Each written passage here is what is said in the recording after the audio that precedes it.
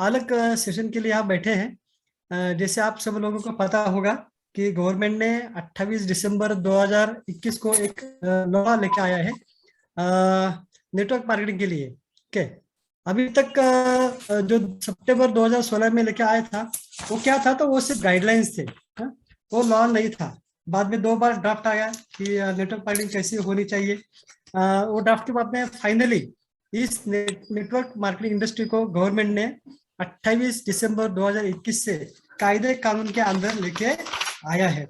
अभी गवर्नमेंट को ये लॉ लाने की जरूरत क्या पड़ी? ऐसा क्या हुआ कि गवर्नमेंट को लॉ लाना पड़ा? बहुत सारे लोग व्हाट्सएप पे, ग्रुप पे, वीडियो पे बहुत सारे ऐसे घूम रहे हैं कि अभी नेटवर्क मार्केटिंग इंडस्ट्री बंद हो गई, अभी कोई काम नहीं कर सकता है, ऐसा है वैसा, ऐसे बहुत सारे मिसलीडिंग चीजें मार्केट में घूम रही है। लेकिन एक बात समझ लो, ये गवर्नमेंट को अगर ये बिजनेस बंद करना होता, नेटवर्क मार्केटिंग को बैन करना होता, तो ये जो 7 पेज का डिटेल्ड गाइडलाइन है वो लाने की जरूरत नहीं पड़ती। ये भारत का राजपत्र है, ये कहता है कि ये अभी इंडस्ट्री लीगलाइज्ड हो गई है। अगर इंडस्ट्री को बंद करना होता तो एक लाइन में गवर्नमेंट लिखता तो भी काफी हो जाता, वो एक कायदा कानून बन जाता है। This direct selling industry is band, simple, खत्म। तो इंडस्ट्री बंद हो जाती है एक दिन के अंदर, रातों रात। लेकिन गवर्नमेंट ने ऐसा नहीं किया है। ओके, तो गवर्नमेंट ने इसको अभी एक स्टेटस दिया है, लीगल कायदा कानून लेके आई है। इसलिए अभी जो भी नेटवर्क पर इंडस्ट्री काम करेगी वो कायदे कानून के तहत ही उनको काम करना पड़ेगा। इसलिए 7 पेज का डिटेल्ड में कायदा कानून लिया है। आज मैं ये डिटेल कायदा कानून आपके पास देने वाला नहीं हूँ। जो मेन चीजें हैं जो हमारे करियर को अफेक्ट करेगी या इम्पैक्ट करेगा या फर्क पड़ेगा, ये मैं आपको थोड़ा सा बताने वाला हूँ। ओके, अगर आपके पास पेन पेंसिल है तो शायद पेन लो, नोटबुक लो। जो मैं आपको मेन पॉइंट बता रहा हूँ ये आप लिख के लो, क्योंकि आप लीडर हो और आपको बाद में जाके, भले आपको सीनियर आपको मदद करने वाले हैं, लेकिन आपको भी पता होना चाहिए कि एक्चुअली कायदा क्या है और हमें क्या करना पड़ेगा, कंपनी को क्या करना पड़ेगा। ओके, तो इस लॉ को लाने की जरूरत क्या थी? तो अपन पहले सबसे समझते हैं ये नेटवर्क मार्केटिंग का बैकग्राउंड क्या था। इंडिया में करीबन 25-30 साल से नेटवर्क मार्केट के नाम पे बहुत सारी स्कीमें चलती आ रही है। चेन स्कीम है, मनी स्कीम है, बहुत कुछ ऐसा, कुछ अलग अलग अलग नाम से ये मार्केट में इंडिया में काम कर रहे हैं। और इसमें ज्यादातर लोग इस इंडस्ट्री को कैसे देखते थे? जिसको कोई जॉब नहीं है, जिसको कोई बिजनेस नहीं है, जो कहीं लॉस में गया है, ऐसे लोगों के लिए इंडस्ट्री है। मतलब पढ़े लिखे लोगों के लिए इंडस्ट्री नहीं है, ऐसा उसका कहना था। फिर अगर आपको रातों रात पैसा कमाना है तो नेटवर्क मार्केटिंग करो, लोगों के जाके फंसाओ, चीटिंग करो और खत्म कर दो। ये इस मार्केटिंग का अभी तक का इमेज था। यह बाटली में उतारना, ऐसे बहुत सारी चीजें इसको बोल रहे थे। मतलब ज्यादातर लोग इस इंडस्ट्री में आते थे लोगों को फंसाने के लिए, ऐसा लोगों का मानना था। इसलिए पढ़े लिखे अच्छे लोग इस इंडस्ट्री को ना बोलते थे, नहीं नहीं नहीं भाई। जैसे आपको सबको एक्सपीरियंस होगा, हम फील्ड में जाते थे, 1 to 1 करते थे और नोटबुक में जैसे एक सर्कल निकालते थे, लेफ्ट में एक, राइट में एक। जब वो ये देखता था तुरंत बोलो बंद करो, ये मत समझो, बाकी सब कुछ भी चला लेकिन ये मत समझो। मतलब इस तरह का ट्रीटमेंट भी काम करने वालों को बाजार में मिलता था। ओके, तो ये जो इमेज बन गया था नेटवर्क मार्केटिंग, ये बहुत ही खराब बन गया था। इनफैक्ट कोई भी इंडस्ट्री हो, उसको लीगलाइज करने से पहले काम कहीं ना कहीं तो शुरू होता है। तो अनफॉर्चुनेटली इस इंडस्ट्री के काम गलत तरीके से हुआ, रॉन्ग फुटिंग पे चालू हुआ, इसलिए इंडस्ट्री सबसे ज्यादा बदनाम हो गई। लेकिन उसमें भी कीचड़ में, जैसे बोलते हैं ना कमल का फूल खिलता है, वैसे ये नेटसप का काम हमने किया लास्ट 20 साल में। एक अच्छा नाम हमने शुरू से बोला ही था कि रीडिफाइनिंग नेटवर्क मार्केटिंग, जो हमने करके दिखाया है। तो ये बैकग्राउंड था आज तक का नेटवर्क मार्केटिंग का। तो गवर्नमेंट को ये समझ में आया कि भाई ये इंडस्ट्री तो बड़ी है, इंडस्ट्री बहुत बड़ी है। फिक्की मतलब जिसको बोलते हैं federation of Indian chambers and commerce of India, industry मतलब फिक्की जिसको शॉर्ट फॉर्म में बोलते हैं, जो ज्यादातर इंडस्ट्री का स्टडी करते हैं। उन्होंने भी ये बोला कि ये इंडस्ट्री तो है बहुत बड़ी, इस इंडस्ट्री के अंदर इतनी ताकत है कि जिसको चाहिए उसको ये काम दे सकता है। मतलब पूरी दुनिया में एक भी इंडस्ट्री ऐसी नहीं है कि जो जो चाहिए उसको काम दे सकता है। ये एकमेव इंडस्ट्री पूरी वर्ल्ड में जो जिसमें आके हर एक बंदा अपना करियर कर सकता है। तो ये इंडस्ट्री आज करीबन सबको पता है 17-18 हजार करोड़ की बन चुकी है। आने वाले 5 साल में 65 हजार करोड़ की इंडस्ट्री बनने वाली है। अभी मेरा ये मानना है उससे भी ज्यादा ही इंडस्ट्री बनने वाली है, क्योंकि पूरे वर्ल्ड का आप तो स्टडी करते हो, जो ज्यादातर आपके लीडर आपके मीटिंग में ट्रेनिंग में बोलते रहते हैं। एक छोटा सा मलेशिया जैसा कंट्री जो 4 करोड़ की कंट्री है सिर्फ, वहां भी करीबन 70-80 हजार करोड़ की इंडस्ट्री, 1 लाख करोड़ की इंडस्ट्री आज है, सिर्फ 4 करोड़ की इंडस्ट्री। और इंडिया की कितने पॉपुलेशन है? ये एक 140 करोड़ का पॉपुलेशन है, 140 करोड़ का। और इसीलिए और इंडिया में ज्यादातर लोग अनपढ़ है, पढ़े लिखे नहीं है, और इसीलिए बहुत सारे लोग इंडस्ट्री का फायदा लेके, गैर फायदा लेके लोगों को फंसाने का काम करते थे। इसीलिए गवर्नमेंट ने यह सोचा कि इंडस्ट्री को अभी लीगलाइज बनाना जरूरी है।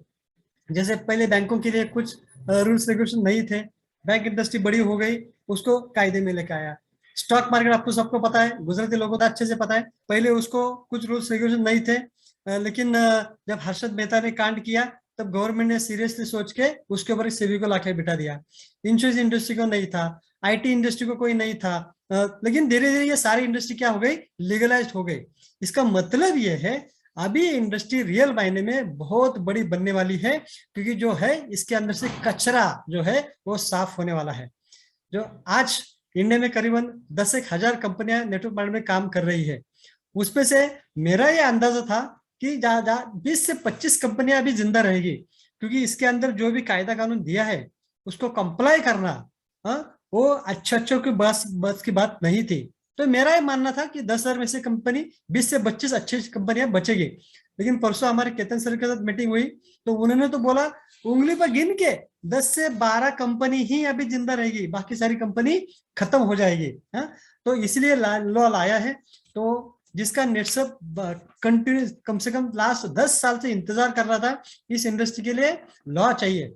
हम खुद गवर्नमेंट के साथ फॉलो अप कर रहे थे, उनको बता रहे थे कि ये लॉ इस इंडस्ट्री के लिए क्यों जरूरी है, क्योंकि ये इंडस्ट्री बहुत बड़ी बनने जा रही है। तो अभी लॉ का मतलब क्या है, ये क्या है? सबसे पहले आप समझो, ये जो इंडस्ट्री ये कस्टमर ओरिएंटेड सबसे ज्यादा है। मतलब आप पूरा पढ़ोगे, पढ़ने की जरूरत नहीं, वैसे हम आपको बताते रहेंगे। तो इसके अंदर हर एक कॉलम के अंदर कस्टमर को प्रोटेक्ट करने के लिए हर एक कायदा कानून बनाया गया है, एक एक कॉलम कस्टमर को प्रोटेक्ट करने के लिए बनाया गया है। क्योंकि ये इंडस्ट्री कैसे है? कस्टमर ओरिएंटेड ज्यादा है, इसलिए इस लॉस को कस्टमर प्रोटेक्शन एक्ट के अंदर डाला गया है। मतलब जागो ग्राहक जागो बोलते हैं ना, ये कस्टमर को बचाने के लिए, फंसने से बचाने के लिए ये कायदा कानून बनाया है। इसलिए ओरिजिनल एक्ट था कंज्यूमर प्रोटेक्शन एक्ट, इसको अमेंड करके इस डायरेक्ट सेलिंग इंडस्ट्री को उसके अंदर डाला गया है कंज्यूमर प्रोटेक्शन ब्रैकेट में डायरेक्ट सेलिंग रूल्स 2021, इस कायदे के अंदर उसको डाला गया है। ओके, तो ये लॉ से होने वाला क्या है, कंपनी पर इसका क्या इफेक्ट होगा, डायरेक्ट सेलर मतलब हम पर क्या इफेक्ट होगा, और इसका अल्टीमेटली बेनिफिट क्या होगा, ये 3 मेन पॉइंट आज आपको मैं बताने वाला हूँ। मैं हाईलाइट्स ही बताने वाला हूँ। 1 घंटे के अंदर हमारा मीटिंग खत्म हो जाएगा, तो पॉइंट्स आपने लिखे तो चलेगा, स्क्रीनशॉट का फोटो पाड़ा तो भी चलेगा। ओके, मैं हर पॉइंट के अंदर डीप नहीं जाऊंगा। वैसे कायदा कानून अगर समझाना है तो 7-7 8-8 घंटे भी कम पड़ते हैं। 5 तारीख को हमारी कंपनी के साथ मीटिंग हुई तो पूरा दिन उसके ऊपर चर्चा चल रही थी, फिर भी हमारा डिस्कशन पूरा नहीं हुआ। तो इतना लंबा तो मैं आपका नहीं लूंगा, खाली 1 घंटे के अंदर उसके जो हाईलाइट्स है वो हाईलाइट्स मैं आपको बता दूंगा, तो आपको समझ में आएगा ये कायदा कानून कितना कड़क है और अच्छा है। सबसे पहले मैं एक बात आपको और बताऊं, करीबन आज 124 देशों में इस इंडस्ट्री के लिए लॉज है, कायदे के अंदर चलता है। और जो 124 देशों के अंदर जो भी लॉज है ना, और ये हमारा लॉ, ये सारे के सारे कंट्री से कड़क लॉ है, स्ट्रिक्ट लॉ है, एकदम स्ट्रिक्ट लॉ। इसलिए जो बदनाम इंडस्ट्री हुई है उसको एकदम साफ सुथरा इंडस्ट्री बनकर उभर कर आने वाली है। ओके, इसका ये लॉ का मतलब है। मतलब अच्छा काम करने वालों को बिल्कुल डरने की जरूरत नहीं है, ईमानदारी से काम करने वालों को बिल्कुल डरने की जरूरत नहीं है। लेकिन जो गलत काम कर रहे हैं वो 28 दिसंबर भागना चालू हो गया, व्हाट्सएप पे मैसेज आना चालू हो गया, हमारे ग्रुप पर भी मैसेज आ गए। अभी 5 फरवरी से अभी कुछ अनफोर्सिन रीजंस की वजह से नेटवर्क मार्केटिंग का बिजनेस हम नहीं करने जा रहे हैं, तो ये कंपनी का बिजनेस, मतलब हमारी कंपनी का बिजनेस 5 फरवरी से बंद हो जाएगा। जितने भी लोग हैं वो अपना अपना हिसाब पूरा करें। ऐसे बहुत सारे मैसेजेस अभी ग्रुप में आना चालू हो गया। और नेटसप ये चाहता है 5 फरवरी तक के अंदर हम ऑलमोस्ट 95% नेटसप डे वन से लीगली काम कर रही है। आपको सबको पता है, ट्रांसपेरेंट काम है, लीगल काम कर रही है, जीएसटी ईमानदारी से भरती है, इनकम टैक्स ईमानदारी से भरती है, रिटर्न ईमानदारी से भरती रहती है। लेकिन अभी ऑलमोस्ट ये 95% काम कंपनी कर तो रही ही है, बस 5% जो चेंजेस है वो चेंजेस हमारी वेबसाइट में रिफ्लेक्ट करने के लिए हमारी वेबसाइट 4 से 5 दिन तक बंद रहेगा। बाकी इसमें कुछ भी दिक्कत हमारे नहीं है। अभी हम और अच्छे से उभर कर ऊपर आएंगे और जोरदार काम करने वाले हैं। तो आपका करियर नेटसप में साबुत है, अच्छे से सिक्योर्ड है। ओके, अभी जो बदलाव आया है, जो चेंजेस है कंटेंट से, लॉ के कंटेंट से, उसके अंदर कंपनी के लिए क्या है और फिर बाद में हम देखेंगे हमारे लिए क्या है। सबसे पहले for company, all models of direct selling are allowed. इसका मतलब क्या है? अगर कोई भी कंपनी बोलती है कि मेरा सिंगल लाइन प्लान है, चलेगा। कंपनी बोलती है बाइनरी प्लान है, चलेगा। कंपनी बोलती है मेरा ट्राइनरी प्लान है, 3 लेख का प्लान है, चलेगा। 4 लेख का प्लान है, चलेगा। 6 लेख का प्लान है, चलेगा। मेरा जनरेशन प्लान है, चलेगा। मतलब डायरेक्ट सेलिंग में हर एक कंपनी अपना खुद का मॉडल डिसाइड कर सकती है। ये गवर्नमेंट ने उसको अलाउड कर दिया। बहुत सारे हमने फेस किया था, आपका बाइनरी प्लान है तो ऐसा अलाउड नहीं है, ऐसा बोलते थे बहुत सारे, हम फेस करते थे। लेकिन अभी हर तरह के मॉडल्स जो है वो डायरेक्ट सेलिंग के अंडर परमिशन दे दिए। इसका मतलब हमारा तो कैसा प्लान है? हमारा हाइब्रिड प्लान है। मतलब बाइनरी भी है, 3 लेग वाला भी है, जनरेशन भी है, सब कुछ है हमारा हाइब्रिड। ये प्लान इतने अच्छे से लोगों को, बहुत दूसरे लोगों को समझ में आता नहीं है, लेकिन अभी ये गवर्नमेंट ने इसको परमिशन दे दी है कंपनी के लिए। दूसरा, अभी हम जो है एक एक चीज ध्यान देके सुनो। अभी इसका कंपनी के साथ, कंपनी को डायरेक्ट सेलर के साथ, जो डायरेक्ट सेलर सारे कायदे कानून को कंप्लाई करेगा, उसके साथ उनका फिजिकल एग्रीमेंट करना पड़ेगा, ऑनलाइन एग्रीमेंट करना पड़ेगा। आज भी है कि हमारे पास ऑनलाइन एग्रीमेंट है, उसको दिक्कत नहीं है। लेकिन हमने वेबसाइट 5 दिन के लिए इसलिए बंद की है क्योंकि बहुत सारे चेंजेस इस एग्रीमेंट में हमको करने पड़ेंगे, बाद में हमको इसको साइन करना पड़ेगा। तो जिसके साथ साइंड एग्रीमेंट होगा वही डायरेक्ट सेलर नेटवर्क मार्केटिंग कर सकेगा, इतना ध्यान में रखना है। ओके, तो ये एक बदलाव आया है। तीसरा है सबसे इंपॉर्टेंट कि हर एक कंपनी के लिए अपने खुद के प्रोडक्ट होने चाहिए। हमारे तो है ही, लेकिन थोड़ा उसका मतलब समझ के लेते हैं। ये बहुत सारी कंपनियां बाहर से प्रोडक्ट लेती है, अपना थब्बा मारती है और मार्केट में बेचती है और बोलते हैं हमारे पास 200 प्रोडक्ट है, हमारे पास 500 प्रोडक्ट है, हमारे पास 1200 प्रोडक्ट है। अभी क्या करना पड़ेगा इनको मालूम है? एक तो खुद के प्रोडक्ट होने चाहिए, मतलब उसका फॉर्मुलेशन, मतलब जो प्रोडक्ट तैयार करते हैं साइंटिस्ट लोग, उसका फॉर्मुलेशन खुद का होना चाहिए। दूसरा, उसका ट्रेड लाइसेंस खुद का होना चाहिए, खुद के नाम पे होना चाहिए। फिर ये जो प्रोडक्ट है खुद के मैन्युफैक्चरिंग फैक्ट्री में बनना चाहिए। हाँ, ओके, ये तो हम सब करते ही है। अभी ट्रेड लाइसेंस का मतलब आप थोड़ा समझ लो। एक एक लाइसेंस लेने के लिए, जबकि नेफ्सल को सब कुछ पता है, ये फाइल सेंट्रल गवर्नमेंट में कहाँ से कहाँ घूमती है, कौन से टेबल पे कहाँ जाती है, किसको कितना दिन लगता है, ये हमको सब कुछ पता है। फिर भी हमें 4 से 5 महीने लगते हैं एक एक लाइसेंस निकालने के लिए। पैसा भी अरबों लाखों करोड़ रुपए इसके पीछे खर्चा होता है। अभी जो लोग बोल रहे हैं मेरे पास 200 प्रोडक्ट है, मेरे 500 प्रोडक्ट है, अभी कहाँ से लाइसेंस लेके आएंगे? खत्म, कंपनी खत्म। तो ये जो है 70 प्रोडक्ट है, फिर लोग बोलते हैं सर आपके पास 70 ही क्यों है? क्योंकि हम लीगल काम करते हैं। अब ये हर एक कंपनी को अपने प्रोडक्ट का लाइसेंस लेना पड़ेगा और एक एक प्रोडक्ट का एक एक लाइसेंस लेने के लिए एक एक साल लगता है, करोड़ रुपया लगता है। कैसे जिंदा रहेंगे? खत्म। खुद के प्रोडक्ट होने चाहिए जो हमारे है ही। ओके, बाद में ये थोड़ा समझ लो, ये बहुत ही इंपॉर्टेंट है। Mandatory maintenance of records online और ऑफलाइन। मतलब कंपनी के जितने भी लीगल रिकॉर्ड होते हैं वो कंपनी को ऑनलाइन भी रखने पड़ेंगे, ऑफलाइन भी रखने पड़ेंगे। अभी मैं जो इंग्लिश में डॉक्यूमेंट मेरे पास है, वो मैं डॉक्यूमेंट का नाम आपको पढ़ के दिखाता हूँ। समझ में आया नहीं आया कोई दिक्कत नहीं है, लेकिन इतना तो पक्का आपको समझ में आएगा कि कितने प्रकार के डॉक्यूमेंट्स रखने पड़ेंगे कंपनी को। थोड़ा समझने की कोशिश करते हैं। पहला, सर्टिफिकेट ऑफ इनकॉर्पोरेशन। दूसरा, मतलब जिस दिन कंपनी चालू हुई है ना, वो सर्टिफिकेट चाहिए, ऑनलाइन भी ऑफलाइन भी। फिर मेमोरेंडम ऑफ एसोसिएशन आर्टिकल, मतलब जब कंपनी चालू होती है तो कंपनी को डॉक्यूमेंट बनना पड़ता है, एमओए जिसको बोलते हैं। तो वो डॉक्यूमेंट कंपनी को ऑफलाइन में रखना पड़ेगा, ऑनलाइन वेबसाइट पे भी रखना पड़ेगा।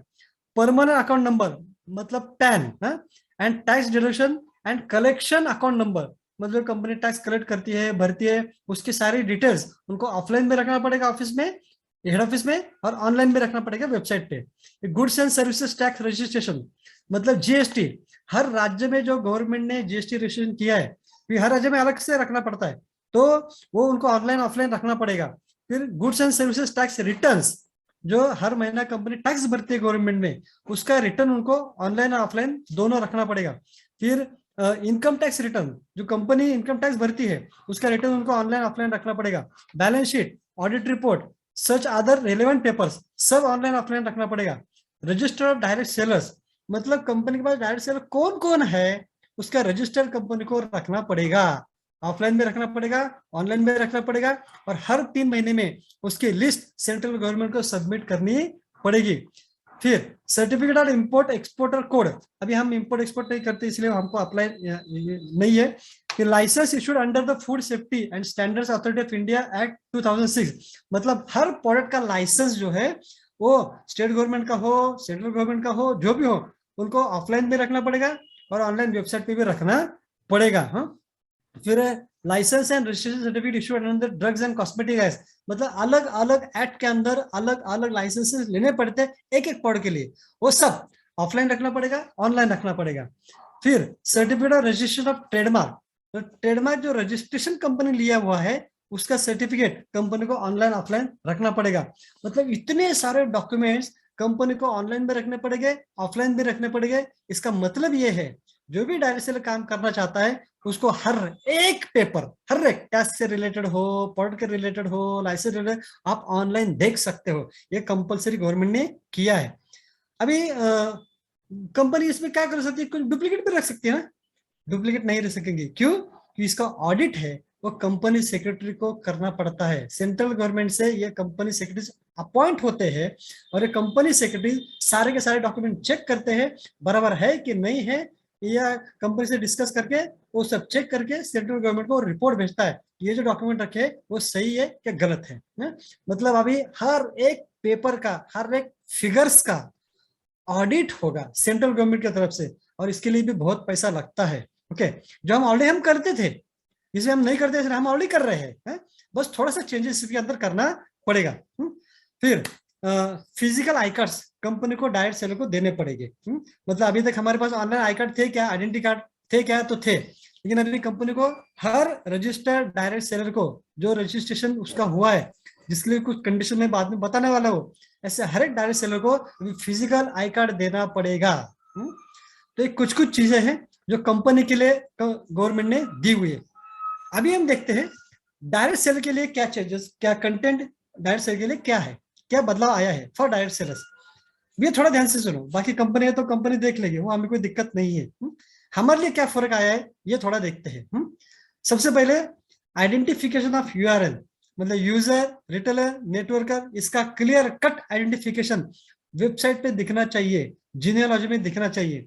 जो आज तक हम बोलते आ रहे हैं कितने सालों से एफडीएम करते हैं उसके लिए, वह यूजर कौन है आइडेंटिफाई करो, रिटेलर कौन है आइडेंटिफाई करो, नेटवर्क कौन है आइडेंटिफाई करो, ये हम कब से बोलते आ रहे हैं, लेकिन हो नहीं रहा था। क्यों नहीं हो रहा था? क्योंकि कुछ कायदे कानून थे ही नहीं, लेकिन ये काम गवर्नमेंट ने करके दिखाया। स्ट्रिक्टली कस्टमर कौन है, रिटेलर कौन है, डायरेक्ट सेलर कौन है, ये गवर्नमेंट को पता चलना चाहिए, ना कि हमको। अभी तो रूल है तो इसलिए चलता है, चल रहा था, लेकिन अभी चलता है नहीं, चलने वाला है। आइडेंटिफाई होना ही चाहिए पब्लिक, लोग किसके लिए आए हैं। अभी लोग कस्टमर आएंगे, प्रोडक्ट परचेस करेंगे, अभी ऐसे सिर्फ जो कस्टमर होंगे वो आइडेंटिफाई कैसे होंगे, तो इन लोगों का भले नाम वेबसाइट पे आएगा लेकिन उनको कमीशन नहीं मिलने वाला है। नेटवर्क मार्केटिंग का कोई भी बेनिफिट हो, भले वो क्लब मेसअप हो, फास्ट ट्रैक हो, कमीशन हो 3 से 6% का, कुछ भी मिलने वाला नहीं है। उसको सिर्फ और सिर्फ जो डिस्काउंट है, डिस्काउंट उसको मिलेगा, बाकी कुछ भी मिलने वाला नहीं है। दूसरा, रिटेलर्स, अभी इससे हमारा इंटरेस्ट चालू हो गया है, अभी थोड़ा समझने की कोशिश करो। जो रिटेलर है, यहाँ 2 प्रकार के रिटेलर्स होंगे। एक रिटेलर जिसको 10% कमीशन कंपनी देगी, दूसरा रिटेलर जिसको 15% कंपनी उसको कमीशन देगी। अभी एक थोड़ा कैलकुलेशन आपको मैं बताता हूँ। फॉर एग्जाम्पल, अभी एक ऑफर आया है, समझो जनवरी से, कि 10,000 MRP है, उसके ऊपर 30% डिस्काउंट है। 10,000 MRP है, 30% डिस्काउंट है, तो हम कितना में लेते हैं एज ए रिटेलर? 7,000 रुपये हमें कंपनी में भरने पड़ते हैं। तो कंपनी क्या करती है, ये 7,000 रुपीज पर जीएसटी गवर्नमेंट को भरती है। अभी जो रजिस्टर्ड रिटेलर है, जिसके पास लाइसेंस, अभी उसको बायोफिट बेचने के लिए भी लाइसेंस की जरूरत है, हेल्थ केयर बेचने के लिए भी उसको लाइसेंस की जरूरत है, पर्सनल केयर बेचने के लिए लाइसेंस की जरूरत नहीं है, क्योंकि उसके लिए अलग से कायदा अभी तक नहीं आया। मतलब अगर आप एग्रीकल्चर प्रोडक्ट बेचना चाहते हो, हेल्थ केयर बेचना चाहते हो, तो आपको रजिस्टर्ड लाइसेंस चाहिए। अभी जो लाइसेंस गवर्नमेंट का जो है वो कंपनी को सबमिट करेगा और फिर ये प्रोडक्ट परचेस करेगा। तो मानो कि 7,000 रुपए का उसने पैसा भरा है, तो कंपनी ऐसे रिटेलर्स को अलग से 15% कमीशन देगी। कितना? 15% कमीशन अलग से देगी, रिटेलर कमीशन। तो इस एक्स्ट्रा इनकम उसका चालू हो गया। अभी रिटेलर बेचेगा कैसे कस्टमर को? ये जब कोई भी कस्टमर को बेचेगा, तो ये रजिस्टर्ड लाइसेंस होल्डर रिटेलर को उसको अपना खुद का जीएसटी बिल देना पड़ेगा। और ये मानो कि 8,000 में प्रोडक्ट बेचता है, तो ऊपर का जो 1,000 रुपया है उसके ऊपर उसको जीएसटी भरना पड़ेगा। अगर वो 9,000 में बेचता है, तो उसको ऊपर के 2,000 रुपीज पर जीएसटी भरना पड़ेगा। अगर वो 10,000 में बेचता है, तो ऊपर के जो 3,000 है उसके ऊपर उसको जीएसटी भरना पड़ेगा, और जीएसटी का बिल कस्टमर को देना पड़ेगा। तो ये रिटेलर बहुत स्मार्ट होते हैं। वो क्या बोलेगा, मैं बिल ही नहीं दूंगा, कोई प्रॉब्लम नहीं भैया।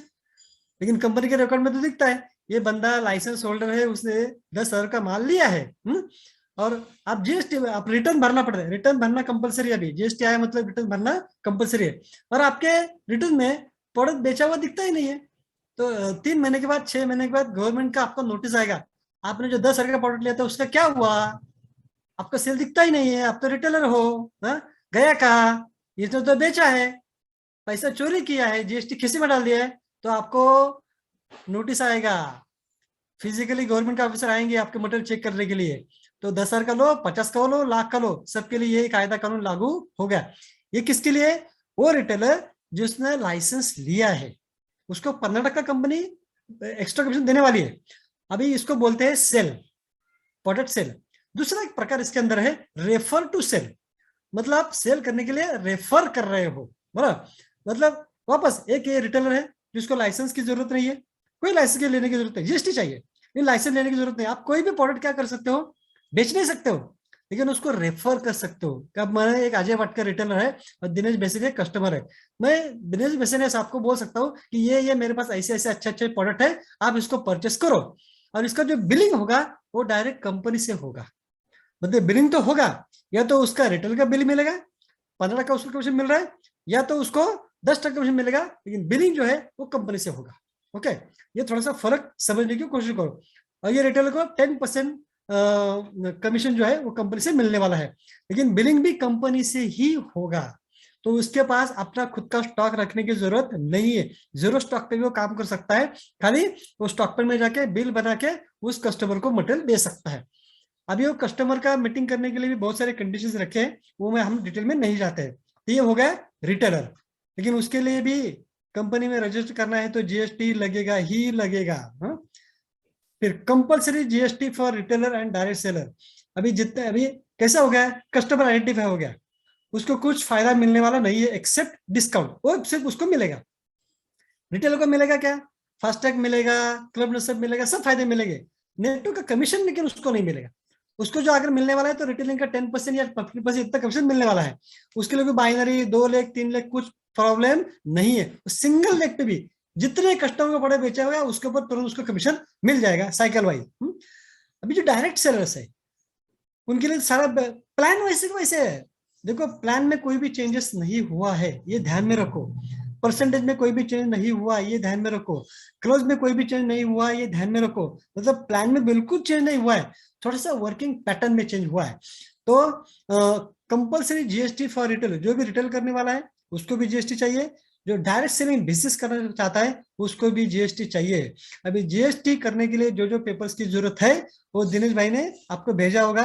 मतलब सिंपल है एकदम, आधार कार्ड चाहिए, पैन कार्ड चाहिए, आपको ईमेल की भी जरूरत पड़ेगी, रिटेल को भी ईमेल चाहिए, डायरेक्ट सेलर को भी ईमेल आईडी चाहिए। वो तो क्या 5 मिनट में हम बना सकते हो, कोई दिक्कत नहीं है। फिर आपको प्रूफ, रेसिडेंस का प्रूफ चाहिए, जैसे दादर लाइट का बिल मांगते हैं, ऐसे कुछ पेपर चाहिए, और आपको सीए को पास जाइए, वो सब आपको करके देगा। लेकिन जीएसटी कंपलसरी है। ये जीएसटी कंपनी ने बोला है, 5 फरवरी 2022 तक, मतलब अभी तक करीबन 22 दिन हमारे हाथ में है, तो इसके अंदर आपको सबमिट करना पड़ेगा। सबमिट नहीं करेंगे तो क्या होगा वो थोड़ा अच्छे से समझ लो, ये तो ठीक है। अगर आप कोई होशियार ना, बहुत सारे होशियार लोग होते हैं, हम जीएसटी नहीं सबमिट करें तो क्या होगा, कुछ नहीं होगा भाई। जो नया वेबसाइट आ रहा है ना, उसके अंदर आपका जो डायरेक्ट सेलर है उसका डायरेक्ट कस्टमर बन जाएगा। क्या होगा, कस्टमर बन जाएगा। तो आपका आज जितना भी पावर है गायब, आपका परसेंटेज कमीशन मिलता है गायब, आपका सिर्फ क्या बेनिफिट मिलेगा, कंपनी से जो डिस्काउंट मिलता है प्रोडक्ट पर बस उतना ही मिलेगा। कोई नेटवर्क का बेनिफिट नहीं मिलेगा, रिटेल का बेनिफिट नहीं मिलेगा, और वो ट्री जो है वो ट्री भी आपका नहीं रहेगा। आपको जो पोजीशन है वो सबसे इंपॉर्टेंट है। अपना अभी तो पोजीशन है, मान लो आपके नीचे लाख लोग 2 लाख लोग 10,000 लोग 5,000 लोग, तो आपका पोजीशन भी चला जाएगा। You are out of the network, network से आप बाहर हो जाओगे। मैक्सिमम डेट है 5 फरवरी 2022 तक। अगर हम जीएसटी सबमिट नहीं करते हैं तो ये दिक्कत होने वाली है। इसलिए जीएसटी निकालने के लिए 8 से 10 दिन का टाइम लगता है। तो जैसे ही ये मेरा मीटिंग खत्म होगा तुरंत फटाफट सीओ को पकड़ो और जीएसटी निकालो, नहीं तो बहुत बड़ा नुकसान हो सकता है। ये चैलेंज हम नहीं कर सकते हैं क्योंकि ये सेंट्रल गवर्नमेंट का लॉ आया है, इनफोर्स चालू हो गया है, इसलिए कंपनी आज तक चला लेती है, अभी चलने वाला नहीं है। कंपनी के भी हाथ बंधे हुए हैं, सॉरी बॉस। और क्या है डायरेक्ट सेलर के लिए, no wrong commitments. Direct seller को बोलो या रिटेलर को बोलो, किसी भी तरह का रॉन्ग कमिटमेंट नहीं दे सकते हैं। वैसे आज हम बहुत सारे करते थे रॉन्ग कमिटमेंट, तू 2 दे, बाकी कुछ मत कर, घर बैठे पैसा कमा। तू 1 लाख, मैं 1 लाख चलाता हूँ, तू 1 लाख चला। तू प्रोडक्ट के बारे में 220 बीमारियों की एक ही दवा नेचुरामोर, नहीं चलेगा बॉस। तू खेती में स्टीमरीज बाय 99 डाल, बाकी सब खाता रहो तो बंद कर, नहीं चलेगा बॉस। कुछ भी रॉन्ग कमिटमेंट, क्योंकि ये कस्टमर प्रोटेक्शन एक्ट के अंडर आया हुआ है। और कोई भी कस्टमर सिर्फ 4 लाइनें प्लेन पेपर पर लिख के अगर कंप्लेंट करता है और ये प्रूव होता है कि आपने गलत बोला है, तो आपका डायरेक्ट सेलिंग या रिटेलर बैंड हो जाएगा, बंद किया जाएगा 1 सेकंड के अंदर। जैसे कंप्लेंट कंपनी के पास आएगा, प्रूव होगा, उसके क्षण पे आपका डायरेक्ट सेलिंग कैंसल्ड होगा, आप कस्टमर भी नहीं रह पाओगे। ये बहुत इंपॉर्टेंट है। इसलिए जो आज तक हम बहुत लूज टॉकिंग करते थे, गलत बातें करते थे, ये किसी भी हालत में आपको करना नहीं है। वैसे गुजरात में हम बहुत बार ट्रेनिंग ले चुके, एथिकल बिजनेस कैसे करना है, क्यों जरूरी है। तो आप सब लोग बहुत अच्छा काम कर रहे हो, गलती से भी अगर कोई गलत बात कर रहे हो तो आपने खुद को संभालना बहुत जरूरी है। तो किसी भी प्रोडक्ट हो, बिजनेस हो, किसी भी तरह का रॉन्ग कमिटमेंट आपको नहीं करना है, गलती से भी नहीं करना है। वही गलती बहुत महंगी पड़ सकती है। जैसे मैंने अभी आपको बताया, डायरेक्ट सेल के लिए कमीशन स्ट्रक्चर में कोई बदलाव नहीं है, 3 4 5 6 वो हमें चालू है, वो ऐसे कैसे चालू रहेगा। 2 लाख का बिजनेस है, चालू रहेगा, नो प्रॉब्लम, उसमें कोई बदलाव नहीं है। क्लब लेवल में भी अभी कोई बदलाव नहीं है, क्योंकि बहुत सारे बदलाव अभी हम तुरंत नहीं लेके आना चाहते हैं, लेकिन इसको और सिंपल करने वाले हैं, वो शायद 3 4 महीने के बाद चालू हो जाएगा। ओके। फिर चेंज इन वर्किंग पैटर्न, मतलब अभी क्या होगा डायरेक्ट सेल के लिए। अभी यहाँ से आगे प्रोडक्ट का मीटिंग में आप कस्टमर को लेके आ सकते हो क्या, तो लेके आ सकते हो। जो सेमिनार्स होंगे सिर्फ और सिर्फ प्रोडक्ट के होंगे, वह सिर्फ प्रोडक्ट की जानकारी दी जाएगी, बिजनेस के बारे में भी नहीं बोलना है आपको। तो बिजनेस सेमिनार होगे क्या, तो होगे, बिजनेस सेमिनार में होगे। अगर कोई कस्टमर बिजनेस करना चाहता है तो उसके लिए बिजनेस के सेमिनार अलग से होंगे। अभी कायदे कानून के अंदर यह बोला गया है कि पिरामिड स्कीम नहीं चलेगा, या उसने बोला है एक डायरेक्ट सेलर दूसरे डायरेक्ट सेलर को अपॉइंट नहीं कर सकता है। यस, ये सच बात है, लेकिन यहाँ पैटर्न चेंज होने वाला है, ये थोड़ा सा ध्यान में समझो। एक डायरेक्ट सेलर दूसरे डायरेक्ट सेलर को अपॉइंट कर सकता है क्या, तो कर सकता है। कैसे कर सकता है, अभी कोई भी गेस्ट आया हुआ है बिजनेस सेमिनार में, वो बैठा है और उसको अच्छा लगा करना है, तो ये जो डायरेक्ट सेलर है जिसका वो बंदा है, उसको उसको मतलब मैं डायरेक्ट सेलर हूँ और दिनेश भाई एक गेस्ट है, तो मुझे क्या करना पड़ेगा। दिनेश भाई आए सेमिनार में, दिनेश भाई बोले सेमिनार अच्छा लगा, मुझे बिजनेस करना है, तो मैं क्या करूंगा कि मैं दिनेश भाई को एक ईमेल भेजूंगा। इसीलिए हर एक को ईमेल कंपलसरी अभी है। ईमेल क्यों चाहिए थोड़ा समझने की कोशिश करो। मैं एक ईमेल के माध्यम से दिनेश भाई को इन्विटेशन भेजूंगा और वो इन्विटेशन वो एक्सेप्ट करेंगे। दिनेश भाई क्या करेंगे, वो ईमेल को एक्सेप्ट करेंगे, यस मुझे डायरेक्ट सेलर बनना है। फिर कंपनी का मेल उसको आएगा, अगर आपको डायरेक्ट सेलर बनना है तो आपको 1 2 3 4 5 6 पेपर लगेंगे, मतलब आधार कार्ड लगेगा, पैन कार्ड लगेगा, जीएसटी लगेगा। जब तक जिसके पास जीएसटी नहीं रहेगा तो वो डायरेक्ट सेलर नहीं बन सकता है। मतलब एग्जिस्टिंग डिस्ट्रीब्यूटर को भी जीएसटी चाहिए, और जो नए डायरेक्ट सेलर बनना चाहते हैं उसको भी जीएसटी चाहिए। तो वो पेपर सबमिट करेगा, पेपर सबमिट करने के बाद वो कंपनी के पास जाएगा, कंपनी बोलेगी ओके डन नो प्रॉब्लम, आप डायरेक्ट सेलर बन गए। फिर उसका ट्रेनिंग होगा, उसका ट्रेनिंग होगा, बिजनेस का ट्रेनिंग होगा, और ये बिजनेस का ट्रेनिंग होने के बाद ही ये फील्ड पे जाके काम कर सकेगा। तो ये पिरामिडिंग नहीं है। मतलब डायरेक्ट सेलर डायरेक्ट से अपॉइंट कर सकता है क्या, तो इस सिस्टम के माध्यम से अपॉइंट कर सकता है। इसका मतलब काम के पैटर्न में चेंज हो गया। तो आज जो हम सेमिनार्स करते हैं, हमने क्यों रुकवा दिया सारे के सारे सेमिनार, इसका कारण ये है। यहाँ से आगे सिर्फ प्रोडक्ट की मीटिंग होगी या सिर्फ बिजनेस की मीटिंग होगी, दोनों मीटिंग साथ में नहीं होगी। ये थोड़ा ध्यान में रखो।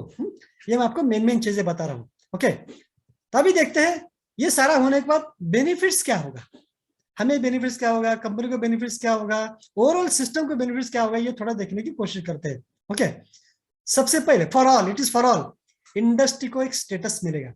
मतलब हमको एक मानपान मिलेगा, स्टेटस मिलेगा। हम बोलते हैं ना स्टेटस चाहिए। मैं मेरा खुद का एग्जांपल आपको बताता हूँ। 5 साल पहले, आपको तो पता है सब मुझे क्या लगती है, इनकम अच्छा है, बैंक स्टेटमेंट अच्छा है, लास्ट 20-21 साल में मेरा एक भी चेक बाउंस नहीं है। गवर्नमेंट ने मुझे दिया एक चेक बाउंस हुआ था इनकम टैक्स रिफंड का, बस मेरे ओर से एक भी चेक बाउंस नहीं है। मेरा लास्ट 20 साल का रिकॉर्ड है। फिर भी मेरे रॉस की फाइल कंप्लीट होने के बाद पूरा प्लान, पूरा फाइनल लोन के लिए सैंक्शन के जब गया था, तो टॉप इंडस्ट्री, टॉप उनके बॉस ने क्या बोला, भाई हम आपको लोन नहीं दे सकते। मैंने बोला क्या बॉस हो, मेरा अकाउंट तो बहुत अच्छा है। नहीं भाई, इस इंडस्ट्री को कोई भी लॉ नहीं है, इसलिए हम आपका फाइल सैंक्शन नहीं कर सकते। 1 करोड़ का लोन मैंने मांगा था। साला ये सिंपल का सादे सादे कंपनी में काम करने वाले चपरासियों को वो लोन देते हैं, लेकिन हमें 1 करोड़ का इनकम होने के बाद लोन नहीं देते हैं। तो ये जो प्रॉब्लम था हमें बैंकिंग के साथ, अभी ये बैंकिंग के साथ का प्रॉब्लम खत्म हो गया है। हाँ? अभी हमें क्या मिला है, अभी हमें एक स्टेटस मिला है। स्टेटस मिला है मतलब हमें एक लीगल कवर मिला है। अभी हम कायदे कानून के अंतर्गत हम काम करने वाले। ये बहुत बड़ा फर्क अभी पहले 20 साल में और 28 दिसंबर से आया है। तो ये लोग इस इंडस्ट्री को कैसे देखेंगे, एक अच्छी नजर से देखेंगे। मतलब जो बोलते थे ना कि भाई ये सिर्फ अनपढ़ लोगों का काम है, जिसको कोई काम नहीं उनका एक काम है, जिनको लोगों को फंसाना उनका काम है, अभी ऐसे बोलने वाले नहीं है। अभी अच्छे अच्छे लोग इस इंडस्ट्री में आएंगे। क्यों? क्योंकि अब इसको कायदा कानून को कवर मिला है। सबसे बड़ा पहला फायदा। दूसरा फायदा, अभी अभी हमारे लिए बहुत फायदा हो गया, बहुत फायदा, बहुत। क्या होगा, आज इंडिया में करीबन 10-1 हजार कंपनियां काम करी नेटवर्क मार्केटिंग में, जो बहुत सारे अनलीगल काम करते हैं। तो जैसे मैंने शुरू में आपको बताया था, वैसे मुश्किल से 10 से 15 या 15 से 20 कंपनियां ही जिंदा रहेगी। बाकी सारी कंपनियां भाग जाएगी, जिन्होंने ऑलरेडी भागना शुरू कर दिया। क्योंकि इतना सारा कायदा कानून के अंदर ये सब लीगल रिकॉर्ड करना, ये करना, वो करना, लीगलाइज काम करना बस की बात नहीं है। उनको चीटिंग करनी है। कोई भी एक नेटवर्क आता है, कंपनी निकाल देता है।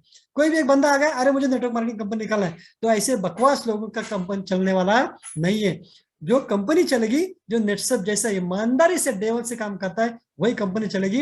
इसलिए 10,000 में से अभी 9,980 कंपनियां बंद होने वाली है।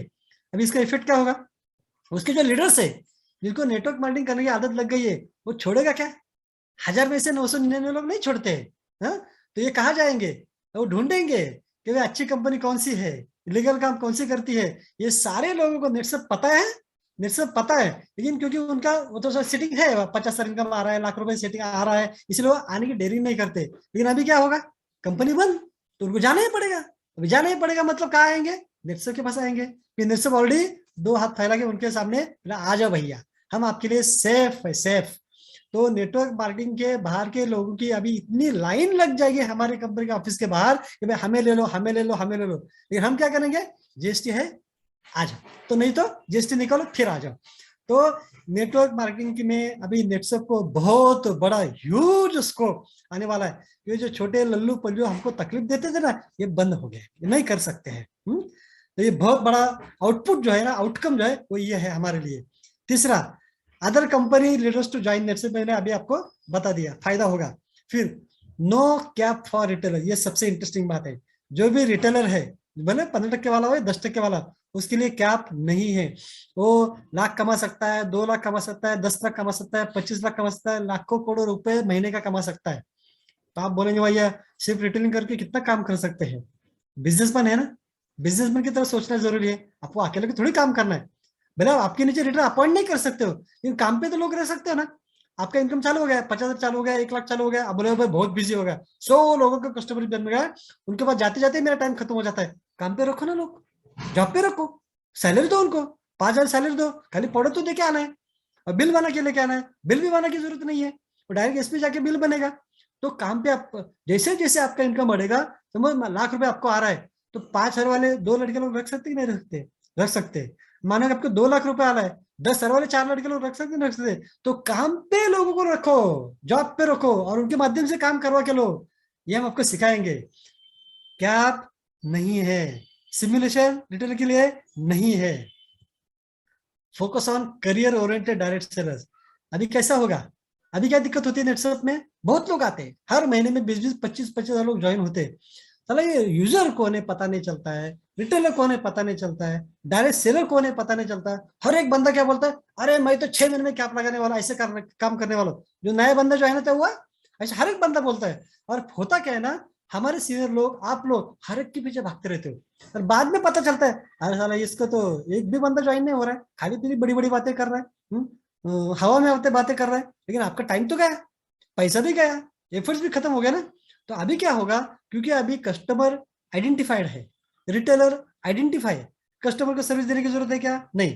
जो रिटेलर कस्टमर को प्रोडक्ट बेचेगा, वो रिटेलर क्या करेगा, पहले से ट्रेनिंग लेके जाके काम करेगा, और फिर वो कस्टमर सेटिस्फाइड कैसे होगा? वो सेटिस्फाइड नहीं होगा तो भी उसकी कंप्लेंट जाएगी। इसलिए हर रिटेलर को हर कस्टमर को सेटिस्फाई करना ही पड़ेगा, रिजल्ट लाके देना ही पड़ेगा। है? और फिर अभी उसके ऊपर कैसे फोकस हुआ, भाई तू रिटेलर है, अच्छे से ट्रेनिंग ले, अच्छे से काम कर। और डायरेक्ट सेलर, अभी हमको पता होगा कि जिससे जिससे जीएसटी दिया है, जो जो काम करना चाहता है, तो हमारे ट्रेनिंग कंटेंट भी अभी ऐसे डिसाइड होंगे, बिजनेस ही दिमाग में डालेंगे, और कैसे अच्छा करेंगे, और कैसे अच्छा करेंगे।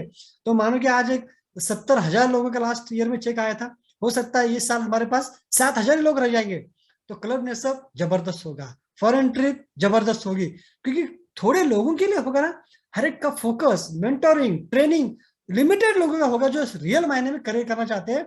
तो हमारा डे 1 से जो फोकस है ना, वो लीडर पे रहेगा, और आपका समय बर्बाद नहीं होगा, आपका पैसा बर्बाद नहीं होगा, आपका एफर्ट्स भी, हर एफर्ट आपका काम आएगा। तो ये बहुत अच्छा आउटपुट इसके माध्यम से आया है। तो हम अभी ट्रेनिंग पर और अच्छे से फोकस कर सकते हैं, जो मैं चाहता हूँ हमेशा। आप ट्रेनिंग पर फोकस करो। दिनेश भाई हमेशा बोलते हैं ट्रेनिंग थी जानवर पर मानस ने વધારે अच्छे સારું કામ કરે છે, ट्रेनिंग नहीं ले तो मानस पर जानवर जैसे जेल काम करे छे। बराबर है दिनेश भाई? है? तो यस ट्रेनिंग यस बहुत सर। इंपॉर्टेंट है, और हम ट्रेनिंग पर बहुत सारा खर्चा कर सकते हैं, उसकी कोई दिक्कत नहीं है। तो हमारा फोकस में ज्यादा से ज्यादा क्या होगा, लोगों को ट्रेन करो। नेटवर्क मार्केटिंग में बोलते ही है, आपके अंदर कितने ट्रेंड लोग हैं, उसके और आपके लीडरशिप का मतलब होता है। तो अभी ट्रेनिंग बहुत अच्छे से होगा। अभी मतलब क्या होगा, जो एक्चुअली हमारे सेंट्रल वेस्ट जोन ने करके दिखाया है लास्ट 5 साल से। हम सिस्टम सिस्टम, मैं तो हमेशा बोलता हूँ सिस्टम से काम करो, सिस्टम में काम करो, सिस्टम में काम करो। अब 6 महीना 1 साल सिस्टम में काम करोगे, तो आगे जाके सिस्टम आपके लिए काम करती रहेगी। ये हम ऑलरेडी पहले से बोलते आ रहे हैं, अब ये सेंट्रल गवर्नमेंट बोल रहा है। अभी तो और अच्छे सिस्टम से काम करेंगे, और सिस्टम से काम करेंगे तो क्या होता है, सिस्टमैटिक ग्रोथ होता है। हर महीना आप आपका 10% ग्रोथ का भी प्लान करोगे ना, मतलब जनवरी में 1 लाख का टर्न आया, तो फरवरी में क्या करो, सिस्टम सब सेट है, अभी प्रोडक्ट का सेमिनार चल रहा है, बिजनेस का सेमिनार चल रहा है, मेंटरिंग चल रहा है, ट्रेनिंग प्रॉपर हर महीना चल रहा है। तो फरवरी में आप 10% ग्रोथ का प्लानिंग कर सकते हो। 1,10,000 का कैसा आएगा, इसका प्लानिंग कर सकते हो। मार्च में 1,10,000 के ऊपर 10% का प्लानिंग कर सकते हो। अप्रैल में 1,20,000 पे ऊपर 10% का प्लानिंग कर सकते हो। तो आप सोच के प्लानिंग करके लोगों पर फोकस करके आप आपका ग्रोथ कर सकते हो। सिस्टमेटिक ग्रोथ होगा, लेकिन गारंटेड ग्रोथ होगा। ऐसा नहीं होगा भाई, चाहे 6 महीने पहले कैप लगाया था, 8 का चेक लिया था, और अभी टर्नओवर कितना आ रहा है, अभी 8 का टर्नओवर भी नहीं आ रहा है। ऐसा नहीं होगा, कि लिमिटेड लीडर्स पर फोकस होगा। एंड सबसे इंपॉर्टेंट बात जो मैं आपको बताना चाहता हूं, अभी तक का कुछ भी नहीं समझ में आया तो भी कोई दिक्कत नहीं है, लेकिन ये पॉइंट आप समझो, जो आपका दिल का पॉइंट है, वो है chances of simulation going down. मतलब सेफली हम बोलते हैं कि भाई जो सिमुलेशन है ना, वो एटलीस्ट 10% तो कम हो ही जाएगा। लेकिन मेरा गट फीलिंग बोलता है आने वाले 3 महीने में सिमुलेशन सिमुलेशन जीरो हो जाएगा, जीरो। कितना हो जाएगा? जीरो। क्योंकि कस्टमर को पे आउट देना नहीं है। ज्यादातर कस्टमर को फुकट पे आउट जाता है ना, 20,000 का आईडी डाला, मान लो कि उसके ऊपर से एक साइड से 2-3 आइडिया आ गए तो उसका अननेसरी ऐसे कितना 12, 36, 300, 400, 500 रुपए ऐसे चेक निकल जाता है, जो फोकट में चेक जा रहे हैं। कितने सारे लोगों को तो पता भी नहीं था उसका चेक निकला है, ऐसे पड़े रहते, जाते ही वापस आ जाते, कंपनी गट्ठे के गट्ठे चेक पड़े हुए हैं। तो लेकिन पैसा देना तो पड़ता है ना। वो फालतू का पैसा बंद हो गया, रिटेल को नेटवर्क कमीशन बंद हो गया। रिटेल को भी नहीं आएगा नेटवर्क कमीशन, उसको सिर्फ रिटेल का कमीशन आएगा। और जो भी टर्नओवर का कमीशन जाएगा, परसेंटेज कमीशन जाएगा, वो लिमिटेड लीडर को जाएगा। आज जो 60-70 हजार लोगों को पैसा जा रहा है ना, उसमें से 7 हजार लोगों को भी जाएगा। और जो 60 हजार लोगों का पैसा बचेगा, उससे क्या होगा? सिमुलेशन, मेरा गट फीलिंग बोलता है जीरो हो जाएगा बॉस, जीरो।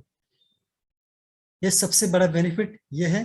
तो मैंने आपको ये कायदे के अंदर ज्यादा पॉइंट मैंने आपको बता दिए हैं, कायदे के अंदर जो आने वाले हैं उस पर कुछ रहा नहीं है, क्योंकि अभी मेरा भी अच्छा प्रैक्टिस हो चुका है। तो आइए, कोई भी चेंज जब तक जब जब नेटसप के लाइफ में आया है, कोई भी बदलाव आया है, भले 1395 का 6000 हो, क्लब नेटसप लॉन्चिंग हो, अभी तक कम से कम 4 बार ऐसे ड्रास्टिक चेंज नेटसप को करने पड़े, लेकिन वो हम हमेशा डायरेक्ट सेल के लिए करते हैं। तब तक नेटसप शुरू में 2 स्टेप्स पीछे आया है शुरू में, लेकिन बाद में बहुत बड़ा जंप लिया है। और ये जो बदलाव आया है, ये सेंट्रल गवर्नमेंट की तरफ से आया है, और ये काफी सारे इंडस्ट्री में कचरा साफ हो जाएगा। नेस्ले जैसी प्योर डायमंड वाली कंपनी में रह जाएगी, जिसमें ग्रोथ जो है बहुत बड़े पैमाने में होने वाली है। और जो हम चाहते थे, जो हमारे चेयरमैन चाहते थे, नेटसप एक नंबर की इंडस्ट्री बनेगी बनेगी बनेगी, लेकिन जो दिक्कत आ रही थी, स्पीड ब्रेकर आ रहे थे, कचरे आ रहे थे, जो हमें आज तक रोक रहा था।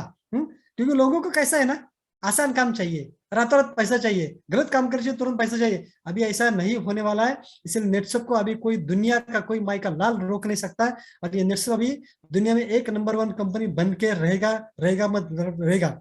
जब नेटसप नंबर 1 बनेगा तो हम भी कहाँ रहेंगे? तो हम भी हमारे रीजन में, हमारे जोन में नंबर 1 बन के ही रहेंगे। So take it positively.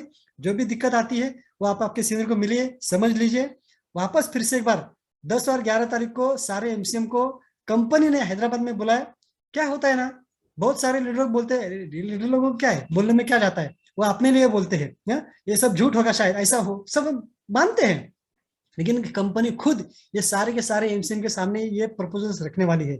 जो मैंने आपको बोला वो कंपनी वहां डिटेल में बोलने वाली है। तो ये सच है, ये ट्रू है, ये होने वाला है।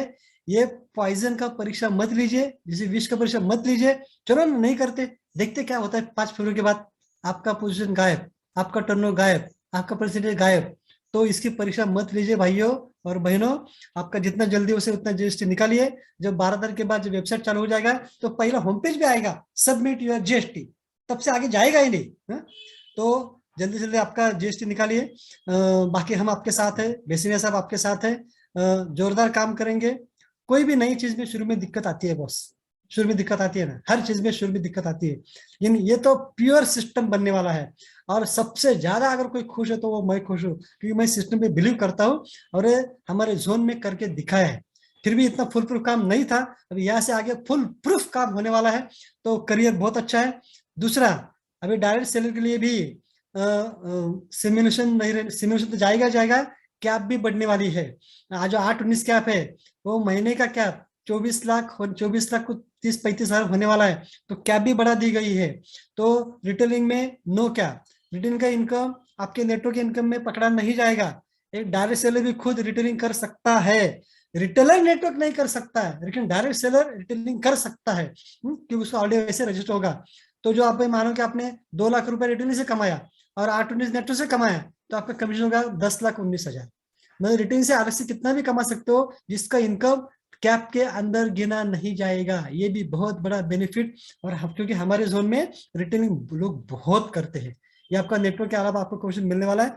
तो हम ये सोच सकते हैं फाइनली, हमारे 10 के 10 उंगली किस में है? घी में है, घी में। बस अभी उसको पॉजिटिव लेना है और आगे काम चालू करना है। एंड आई होप हर एक बंदा पॉजिटिव है, क्योंकि ये जोन के हर लीडर को मैं जानता हूँ, उसका एटीट्यूड जानता हूँ, वो उनको पैसे की भाषा समझ में आती है बस। तो आइए जोरदार काम करते हैं, सबको बेस्ट ऑफ लक देता हूँ और मेरा सेशन में यहाँ खत्म करता हूँ।